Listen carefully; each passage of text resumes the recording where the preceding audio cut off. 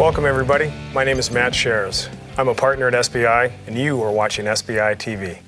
SBI is a sales and marketing consulting firm committed to helping executives like you make your number. Today, we have a great show planned for you. Joining me for what I will guarantee will be highly entertaining is, to my right, Joe Vitalone. Joe's the EVP of Mitel Networks and the President of the Americas region. Joe, thanks for joining us. Next to Joe is Chris Perry. Chris is the President of Global Sales, Marketing, and Client Solutions at Broadridge Financial Solutions. Chris, thanks for joining us. Thanks, man. And John Gleason. John is the Senior Vice President of Global Sales for Ryder Fleet Management Systems. John, appreciate you being here. Thanks, Matt. Along with the three of them, joining me today, I'm joined by two partners in SBI. To my left, Mike Drapeau. The reason why I asked Mike to join the show today is Mike is the creator and owner of SBI's benchmarking database and its library of best practices. And sitting right next to Mike is Aaron Bartles. Aaron, thanks for joining. And the reason I asked Aaron to come join us today is Aaron has helped solve some of the biggest problems for some of the world's largest, most complex sales forces. So, today's show is going to be a debate. And we're going to talk about common problems. We're going to get two opposing views. First, the view to the right is the guys in the seat. These guys have a point of view from heads of sales making a number every month, every quarter, every year. They deal with this from their focused view. And these guys are leading three very large sales organizations. Their point of view is specific to their customers, their products, and their markets. And there is a lot of value to that, no theory. Myself, Aaron, and Mike, well, we come at it from a slightly different point of view. We're at the high altitude, if you will. We see these problems across multiple industries, multiple companies, and this helps to provide context to what we might hear from Joe, Chris, and John. The goal is to give the audience, you, a balanced perspective of the issues that we discuss. Think of it as this perfect balance of street smarts and book smarts. So let's get started. Our first topic, and something that's near and dear to many organizations. Envision a pie.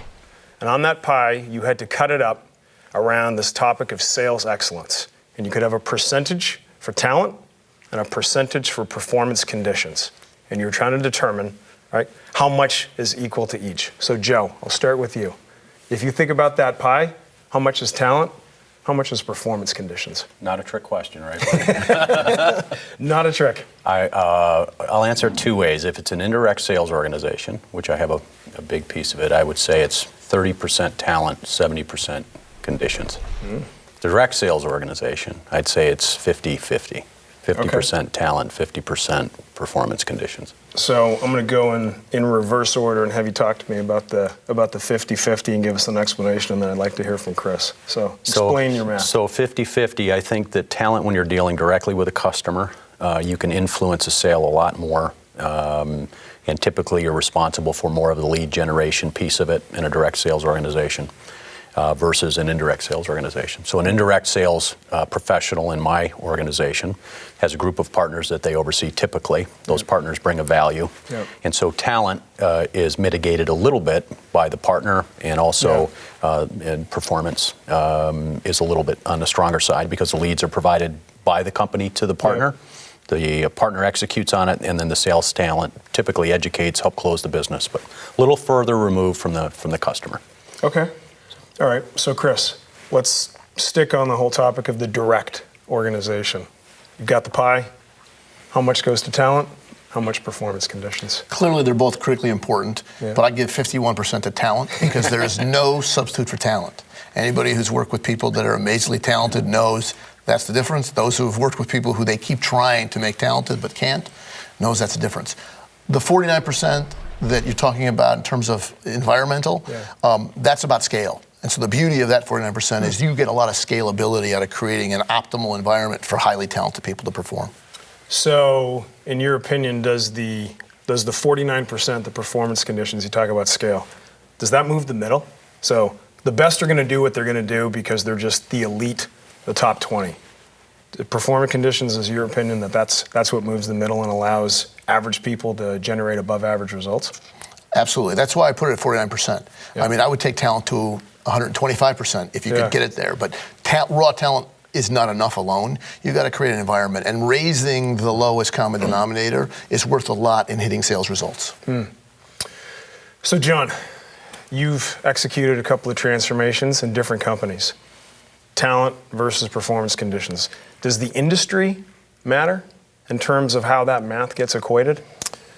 You know, I'm not sure that the industry is the biggest driver. I do think it 50-50 would be my answer, and it does need to be looked at in a balanced way. But industry, I'm not sure is the key determinant. I think it's having balance and focus on both simultaneously.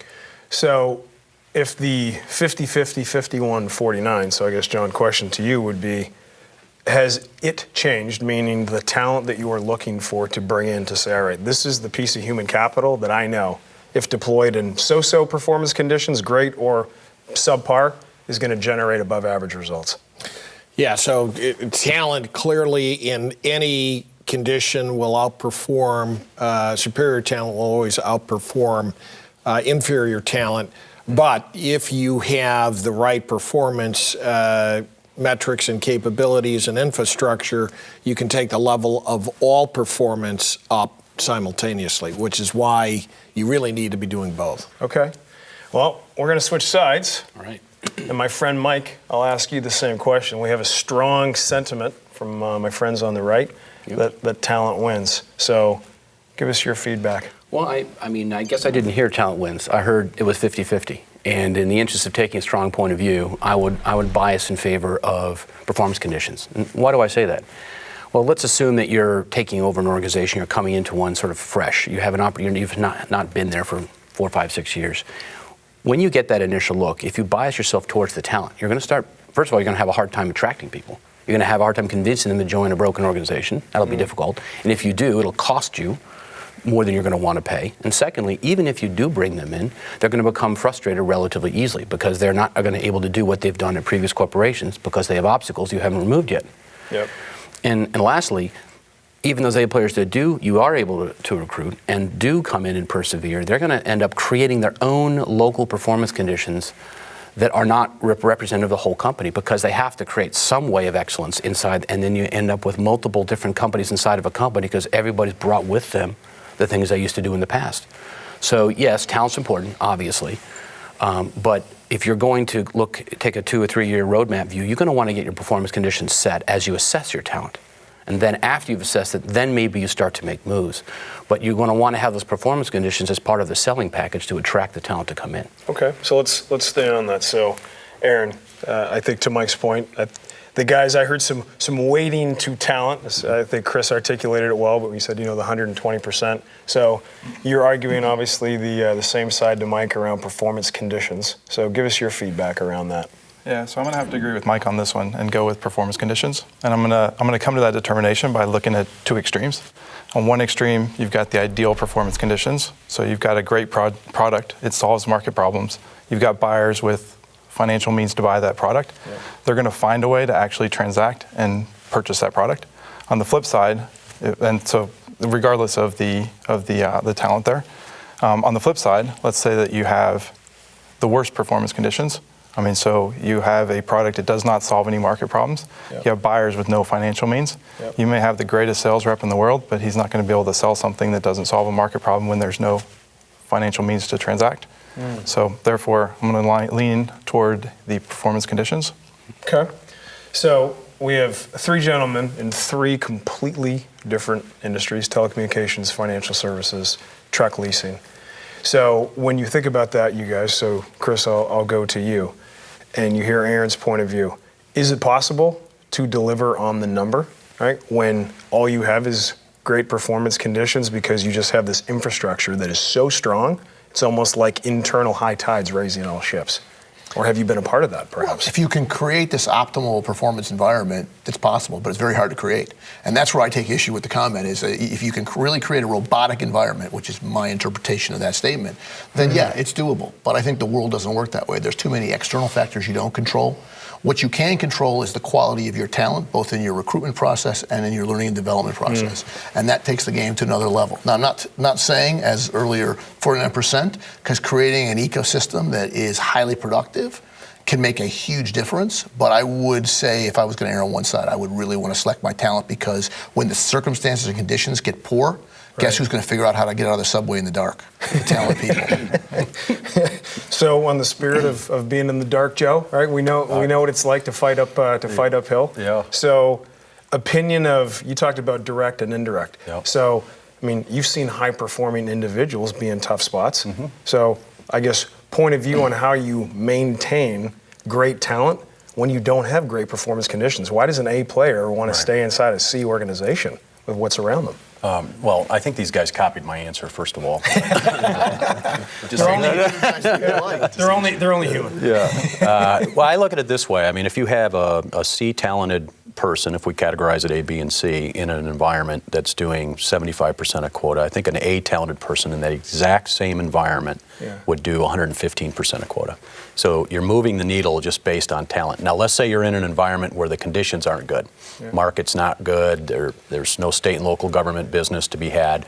A talented person can still outdrive a person with lesser talent significantly. Now, whether or not that performance is acceptable or not is to be debated, but you can definitely move the needle with talent.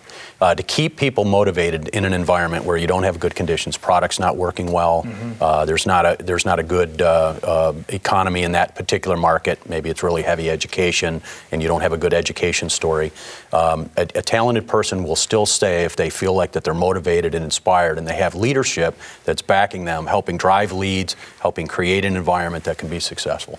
But if they don't feel like anybody has their back and they feel like they've been orphaned in that environment, then they're really going to have a problem being successful. Okay. You don't want to take an A-talented person and set them up for failure. So, John, to Joe's point about taking an A-talented person, setting them up for failure, you walk into an organization, do you actually hold off on bringing in A-talent until you have performance conditions and ecosystem that says, you know what, I can actually sustain, a first-round draft pick, right? Yeah, the answer is yes, and I think that the first thing you do, and Joe hit it, is look internally for the A-talented people that you can basically empower to reach further than they may have otherwise through territory optimization, compensation plans, et cetera, and wait for the appropriate timing to bring in external talent. So you can wait. Critical that you take advantage of the talent you have on the field as you take over an organization. So, Aaron, agree or disagree with John's point around optimization of performance conditions while you get the infrastructure ready to bring in a talent? Oh, agree. I mean, you still got to make the quarterly numbers. So, is that the right approach? Yep, agree 100%. Okay. But think about talent from the top down in that sort of situation. You need somebody to help create those performance conditions, so you got to have some A-player talent on the team in order to create the performance conditions that then can be scaled and rolled out to the rest of the organization. Okay. All right. Very good. Mike? Yeah, so Thoughts? one thing at the risk of agreeing with John. First time. Yeah, this is the first time for everything. So one thing that jumped out at me is that when you're doing this assessment of your talent, and you're if you're a new leader to the organization, you're kind of trying your best to see who's got trapped potential. One way to do that is an entrepreneurial contest, and I don't know if anyone's ever had experience with that, but that's where you have a couple problems. Even early on, you're going to know maybe some of your problems. You've done some basic root cause analysis, and you say, okay, tell me how we solve this. And you push that out to the field at a managerial level or a director level, and you say, give me some answers. So it's an alternative in some cases to hiring someone in to come in and tell you what the answer is. And you see by that, it's ironic, it's a way for you to assess the talent. So you see that there may have been someone there, or a whole group of people there, who have been sort of burdened and impressed by the previous culture and organization, and then you see what ideas they have up. Alternatively, if they don't bulb up on the ideas, then you have your arms around how big the problem is. So if I was sitting on that side of the room and I heard that answer, I might say, sounds squishy, sounds a little academic, but you know what? Can somebody please go sell something? So, Chris, thoughts on Mike's comment on the entrepreneurial experiment? Does that work? You're going to be shocked by this, but I love it. Yeah. I mean, sales and evolving as human beings they're not mutually exclusive things. That's what humans do. Yeah. So in my mind, it's liberating, and liberating is very powerful for people in an organization. So I absolutely want to see the creative thinking that can come from people who are given some level of control of their environment, especially if they've been in it. Yeah. It's not democracy. Yeah. Remember that? Business is not democracy. Yeah. But I love the concept. And by the way, you still got to make the number every month. Yep. So I guess if we think about trying to wrap a bow around a topic that is very difficult, you heard a couple of different points of view. So John, I guess I'll come back to you as you think about wrapping this around for the sales leaders that are watching this and saying, how do I go about this specifically around talent? I got pretty good performance conditions. Are there one or two things that you would leave them with to say, yeah, this is how you have an organization that brings in A-player talent? It's you start with the assessment. You start with the assessment in terms of where you're at different levels and different roles. And if you can get key talent at leadership levels, they're going to bring in other capable leaders. And if you don't, if you have people that are afraid that the people working for them may be better, you have a non-starter. So do the assessment and hire capable leadership talent. It starts with the foundation. Very good. A topic we could talk about for the next day, but we need to move on to our next topic. So stick around. We're going to take a quick break. And when we come back, we're going to dive into the concept of generating leads and the responsibility of sales. So stick around. You won't want to miss what my friends have to say.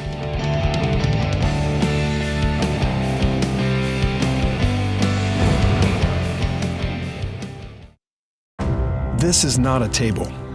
It is a stage where your performance is measured in numbers. If you reach them, you get an encore.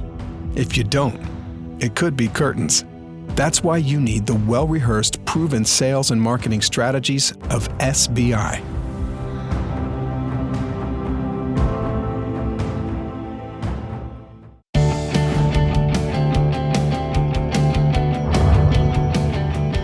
Welcome back. We're going to jump into our second topic, which for many of the sales leaders that are watching this right now will be near and dear to your heart, which is the concept of leads. And I think it was the Academy Award-winning Glenn Ross and the comment that the leads are weak. Well, we're going to hear from some folks who have some opinions. So the topic is sales and sales generating leads. So I'm going to start with Chris. Chris, this whole back and forth between a salesperson saying who's responsible for putting leads in my bag, how much of a salesperson's lead should come from them, and how should they do that in today's day and age? It's a real conundrum, just to start with. But I actually think the most expensive lead is a lead generated by a salesperson. What you want them doing is working through the pipeline process, through the close. Yep. The ultimate organization is one who can generate leads that are well qualified. And in today's world of fantastic lead gen programs, demand generation, marketing analytics, I think you can really raise the standard of amount of leads that are fed, pre-qualified to salespeople who are a very expensive asset when they're out trying to find something in the yellow pages. Okay. So, John, today's day and age, everybody tipped over with technology a few years ago and said, let's push through email automation and whatnot. What's your opinion on the percentage of leads that sales should generate? Well, I'd also agree a salesperson as a lead generator is a very expensive, inefficient resource. And so the lead should come from other parts of the organization, as we talked about.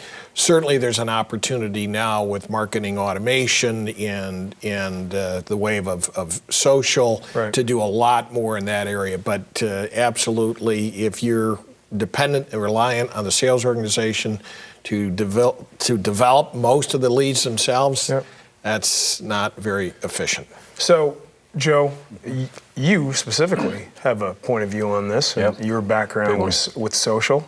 So I guess approach it from both the indirect side and the direct side, because you have both. Same question. So I'll give you numbers. On the indirect side, 20% should come from the team, 30% should come from the partner, if you're indirect, and 50% should come from, in our case, a marketing organization. Or a lead generation organization of something internally. I think part of what you have as a salesperson going into a partner-led community is that's currency. So when you have a lead, you can exchange that lead for rapport, for value that you bring to the table, mind share, and so that lead becomes currency. And if they're generating all the leads, they perceive what's the value truly that you're bringing to the table. So I think it's important that our salespeople in general, including the leadership, bring leads to the partners. Now, in a direct world, agree with them. I think it's a little expensive to have your direct organization creating leads. I do think sales has to own it, though, from cradle to grave, because you don't want the sales organization blaming the marketing organization on the quality of the leads. The leads stink, to use Glenn Ross. Then the salespeople should have the part of the ownership to have that. So whoever the leader is of the leads needs to carry it from cradle to grave. Okay. So I have a feeling that this could get physical. So, Aaron, Yes. the opinion of my friends on the right is that you don't want to spend too much time with expensive salespeople generating leads. What's your point of view on that? Yep. So I will agree that sales is a very expensive resource to be generating leads. However, I would counter that with the first lead that a salesperson generates is a very cheap lead. The second lead is a little bit more expensive. The 100th lead is quite a bit more expensive. If you look at it on the marketing side, you've got a similar sort of dynamic there. The first lead that marketing generates is very cheap. The 100th one is much more expensive. So you need to take a look at the sensitivity analysis and where the crossover point is between the cost for sales to generate a lead and marketing to generate a lead. So, Mike, how would you take that down to the street? If I'm watching the show and I'm saying, you know what, I'm dealing with that right now. This is me, this is marketing, we're having a battle, and I got to make the number. Right. So, Well, I was almost going to walk off a set because I found myself agreeing with John and Chris and everything, and then Joe spoke up. So I have something with which to disagree. So I think one thing that escaped my esteemed colleagues' answers was a differentiation between leads for new customers that you haven't acquired and leads for existing customers. And I think the responsibilities are quite different. I mean, in a new logo acquisition, marketing has to take the lead. Now, a sales individual might sort of stimulate demand or they know somebody, but the nurturing process, especially for a complex sale, however the product or solution is too long in time and it's too sort of stochastic. It's not a sales rep. Sales rep needs coin-operated, driven activities. They can be managed. Sales managers do not do a good job managing lead activity at all. And so you end up, when sales has responsibility for new logo generation, it's spotty at best. Okay. And it becomes an organizational irritant. So conversely, on the side of existing customers, that the sales should take the lead. They own the relationships, and marketing should provide a support role. And there's many interesting things that they can do to stimulate and support and do brand awareness within an account and maybe help further get wider in an account, maybe go international. But the sales should own that customer over time. but so Joe, I guess I would come back to you. So I believe that who you know is more important than what you know. And in today's day and age, people have said that, you know what, email, right, is a clogged channel. And having access, think about the people that call on you guys every single day trying to sell you something. Right? They can't get in. But if they happen, you know, I'm fortunate enough to know the three of you. If they happen to know me or Mike or Aaron, we could provide an introduction and you could be this anchor account for somebody. So speak a little bit about that, because in my opinion, I think that sales should take a very, very strong point because they know what good looks like. Yep, I agree. I mean, my major accounts team is high touch, high feel, but we fulfill through indirect means. But they are required to generate a percentage of the leads. Not all of them, but a nice percentage of the leads. Okay. You know, LinkedIn today is like the new caller ID. So when I get a call and it says unknown or I don't answer the call. But if somebody sends me an email and they drop a name like yours or Aaron's, I'll give them the benefit of the doubt. I'll check them out on LinkedIn. If there's social relevance, again, back to me in some way that could benefit me or my organization, I'll return the call. And so that's why it's really important that my sales team have relevance and that they have really strong networks so that they can get to the decision maker at a company in a lead gen campaign, for example, and be able to use their relationships with you at SBI or with one of their partners or anybody that they've met over 20 years of selling. Okay. So you know, I think you do have an ownership to generate a piece of the leads. Again, using it as currency because you come now with value. So I think if I'm watching this, what I take away from this, you know, Joe's point on social relevance, right, and who you know, and the extension, LinkedIn now is a great channel to get that done, but also understanding the difference between existing customers and new logo acquisition and where to point your precious resources of people, money, and time. So, although we could keep talking about that, we're going to keep moving, and we're going to go to a really fun topic. I like to call this the victory lap. So, on my right, I have three esteemed leaders, and they have all had big years where they have crushed the number. So, John, I'm now going to start with you. You get to the end of the year, and you blew the number away. Do expectations change with the CEO, and how do you manage that internally? Does that become the new normal? Yes, and you have to start thinking about that well before the end of the end of the year. But yeah, it just is. Shareholders are looking for increased returns, and to the extent you beat expectations, the bar is set higher. So that's not unexpected. So, in order to possibly get ahead of that, is making sure, first of all, you have a good idea, so that shouldn't come as a surprise. Yep. You should know that at least a quarter of advance, and if there were unique conditions yep. that set that up, make sure you're aware of that. But certainly you've now crushed the number, raised the bar, yeah. and put yourself in a good position if you can carry the momentum forward. So, Chris, you walk into the board meeting, you're literally wearing the checkered flag around you like a shawl. And the company is thrilled. They're handing out stock like candies at Halloween, and you want to temper expectations? Or do you point to and say, listen, we won this year because of these 3 big deals or whatever happened? If you think back to the years when you've blown it out, what were 1 or 2 of the things that said that was the reason? Well, first of all, it's a good damn problem to have. No one should be in denial about that. Once you get your head around that fact that you will hopefully have already started a long time ago working on the next year's numbers, you kind of get a sense of how much expectations setting you have to do. And I've seen more sales heads get canned on the back of exuberance that they couldn't fulfill on than those that set expectations properly. And I'm not talking about sandbagging. I'm talking about strong explanation for what drove the great success of this year and what it's going to take next year to do that. There are some things that are extraordinary that are not duplicated, although you try to duplicate them. So it's a lot about setting expectations, being transparent, and letting people know, let them feel like they're the head of sales at that time, and that they're taking on the burden that you have. So, Mike, I'm going to hear from you. I'm going to go back to Joe. When you've seen companies have these blowout years, what do you see the sales leader do incorrectly after that causes year 2 or the next year to not go as it should? So I think it boils down to knowing why.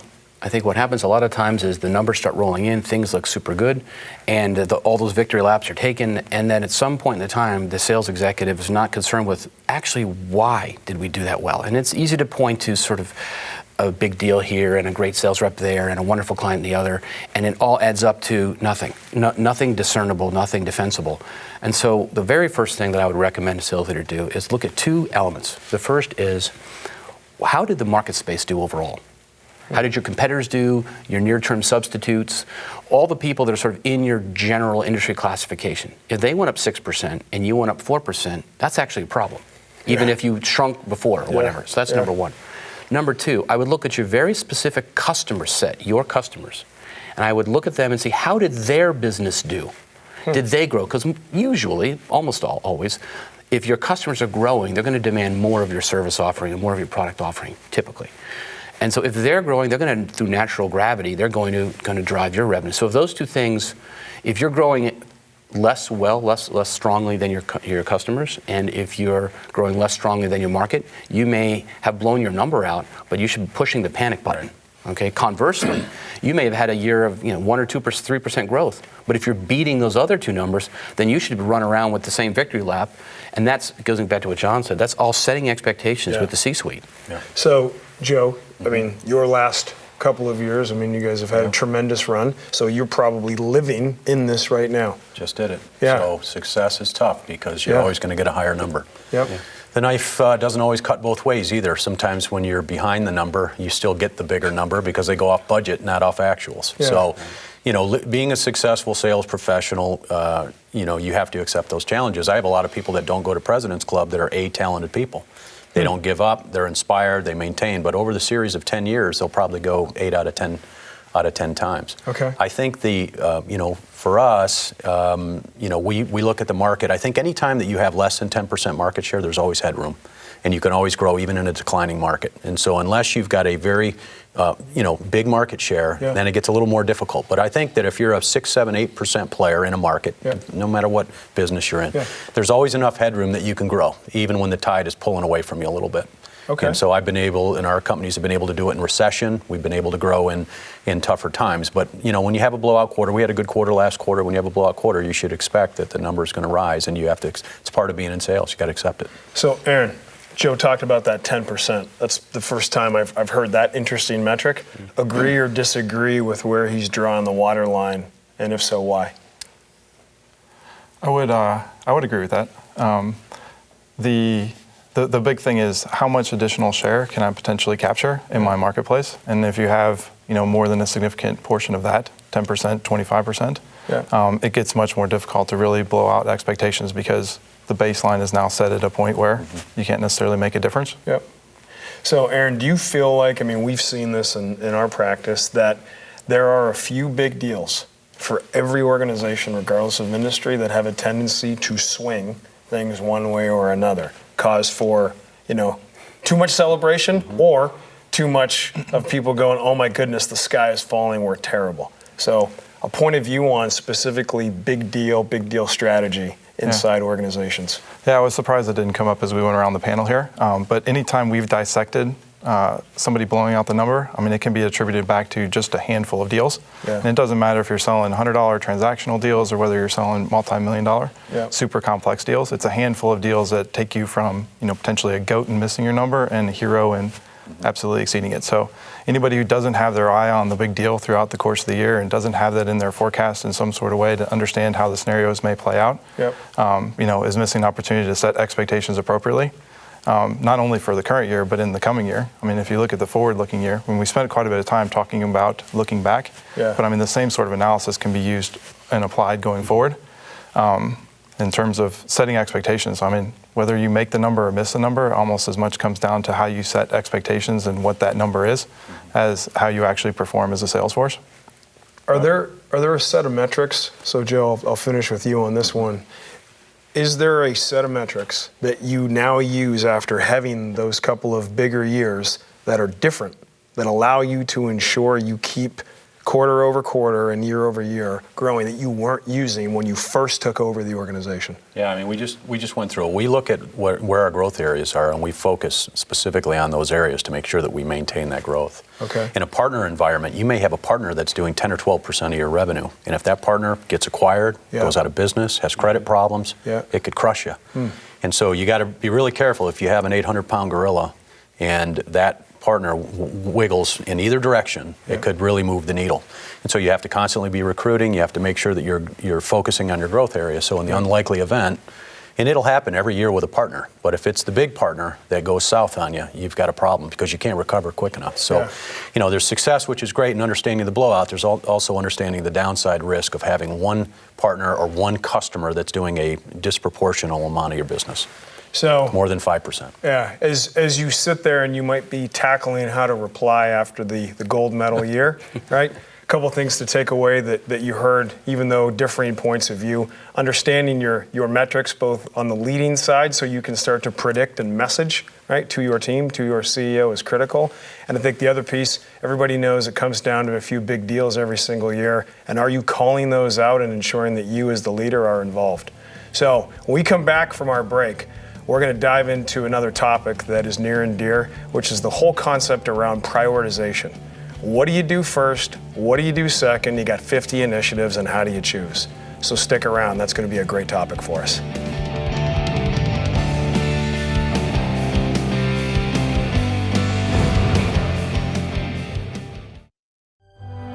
Your finish line is your number, and the only way to reach it is to make certain everyone is pulling their weight and headed in the same direction. That's why SBI uses proven techniques to bring everyone on your team on board with successful, standardized sales programs, enabling victory at the turn of every quarter.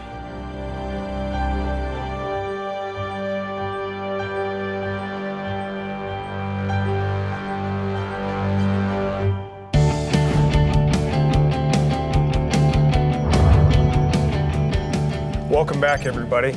We're going to jump into our next topic. And this is the topic that everybody loves to debate, which is how do I prioritize which initiatives I should take on? So, Aaron, we've seen many organizations struggle, right? The sales leader has product coming at him. He's got the salespeople asking for tools. L&D's talking about training. His regional guys are saying, we got to pay more. Do this, do this. And his to-do list is way too long. What have you seen, and what's your point of view around how to prioritize which initiatives to tackle? Yep. So I often scratch my head when I see that because the answer is right underneath their nose. All they need to do is look across the hall to the finance department. And there's a reason why the finance department has business cases. I mean, they control the purse strings for the organization. They get requests from every one of the functions in the organization. These are very diverse requests. They have no way to really standardize evaluating why should I fund this initiative and not fund this other initiative, except for the business case. So sales organizations need to stop fighting the business case and embrace it.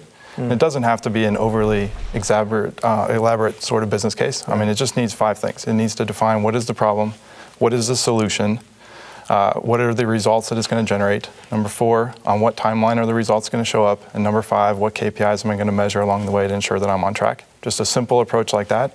You can now take all these separate initiatives that are coming at you and determine which ones should get funded and which ones should get prioritized. Okay. So, Chris, 5 steps. Seems pretty simple according to my colleague. So how you doing on the 5 steps? Agree? Well, Aaron's thought process is with merit. But that would be boring. I mean, really? I'm going to take the direction for the finance business cases? No, I think it is with merit, and it's one lens. But I think there's another lens that you should lay on top of that, and that is really about input and output, activities and impact. Yeah. The idea of what is going to be the least amount of activity or input that can create the greatest amount of output. We live in a society where you have to be able to multitask.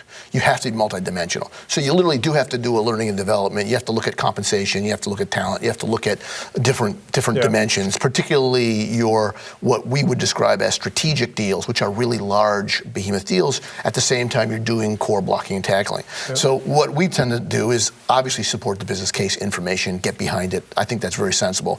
But we also want to look at what's going to have the greatest impact on the amount of activity that we put into it. So, John, how do you measure what the organization can consume? You might have people coming at you saying, we need to do this, we need to do this, but there's this whole concept of probability of success, level of effort, and ROI in those dimensions, right? So, point of view on that? Yeah, so it is a balancing act, and whether you think about it, return on investment from a financial standpoint, return on management from a time standpoint, and how big the gain is potentially going to be, and balancing all that, and also assessing how far away from the goal that you are. So it's a balancing act. I'm not sure that there's a precise way to answer that, but understanding that the organization, for example, if they've gone through 3 different CRM implementations, and they're still not there, going to a 4th, probably the wrong play. Probably the wrong play. Yeah. And so what kind of acceptance is another lens that, how willing is the team going to be to accept an initiative if it's structural, going to an inside sales organization? That you think you'll get good buy-in, that may have more leverage than something else. So there's not a crystal clear answer. So, Mike, John says, all right, you've got to think about the impact of the initiative, and I would think that would matter based on where the organization is at and how you're performing. I mean, what's your opinion? Because we often see people try a point solution. It's not stitched together in any sort of meaningful way. So when you hear John's answer, do you agree or disagree? Well, I agree, but not wholeheartedly. And what I mean by that, shocker. What I mean by that is, I think all these things are important to have financial business case and organizational coherence, but what really matters is the customer. And if you're sitting there with 3 or 4 or 5 different initiatives, and you're trying to say to yourself, which one to do first, second, or not at all, you stack ranking them, what you really have to go to is your prospects and your customers and find out what they value, which is probably going to be, and every time we do a value chain analysis for our clients, we find out something that's radically different than everybody thought it was. So when you let the customer speak to you, they end up giving you your priorities.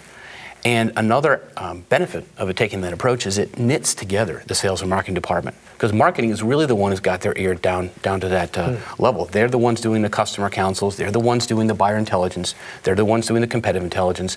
They've committed the market research, and they pull all those threads in, and now they're truly being a customer of yours because they can inform you about which of your initiatives, because if not, you end up getting very inward focused. What do I, me, my? You know, and if not that, So Joe, how do you, I think I understand that you've done some work around customer advisory, but how do you integrate prospect and customer feedback continually as opposed to a moment of time through a survey or 30 days of interviews? I mean, is Mike's approach correct?